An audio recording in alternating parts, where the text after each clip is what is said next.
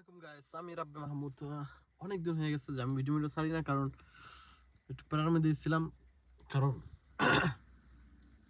আজকে 10 বছর পর কাগজপত্র না থাকার কারণে আবারও নেগেটিভ খাওয়া লাগছে।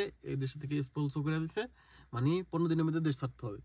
সো যারা আইন জানে তারা একটা জিনিস জানে ঠিক মতনই, যে এদেশে যখন এক্সপোলসও করে দেয় ইতালিতে, তখন আপনি উকিল দ্বারা আপনার কাগজ নিয়ে ইসে জমা দিতে হয়, ক্যারাবিনিয়ারের কাছে জমা দিয়ে দেয়।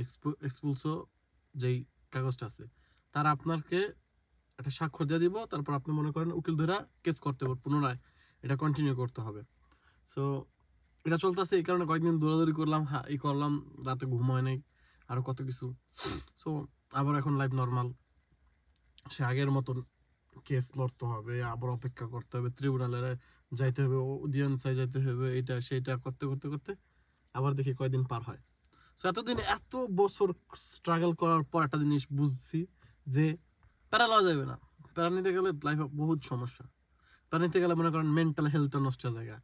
সো আমার এখন বর্তমানে এত দিনের প্রাপ্তি একটা জিনিসই, যে আমার মেন্টাল হেলথ, যে আমার মানসিক স্বাস্থ্যটা, সেটা ভালো করে রাখতে হবে, আর সেটা টিকে রাখতে হবে। নাইলে মনে করেন কাগজ পেয়ে লাভ হবে কি, যখন আমার শরীরের কিছু থাকবে না।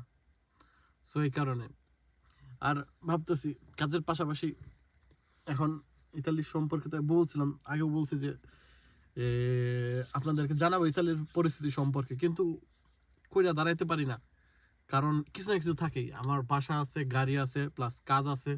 তো বাসার টুকিটাকি কাজ, গাড়ির একটা পর একটা ঝামেলা লাগিয়ে থাকে। গাড়ির মনে করেন বুড়ো বুড়ো গাড়ি, বয়স্ক গাড়ি, তো তো এটা রোগ বালা লাগিয়ে থাকে।